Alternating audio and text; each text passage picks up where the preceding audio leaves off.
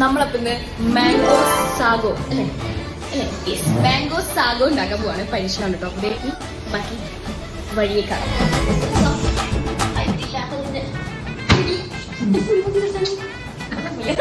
ഓ അപ്പൊ ഇത് വലിയ ഉണ്ടാവില്ലേ? അങ്ങനെയാണോ? ഐ തോട്ട് ഇത് വീർത്ത് വരുന്നു.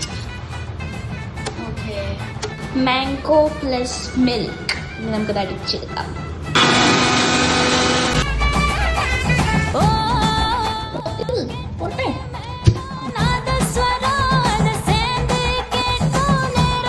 പാലൊഴിക്കുക.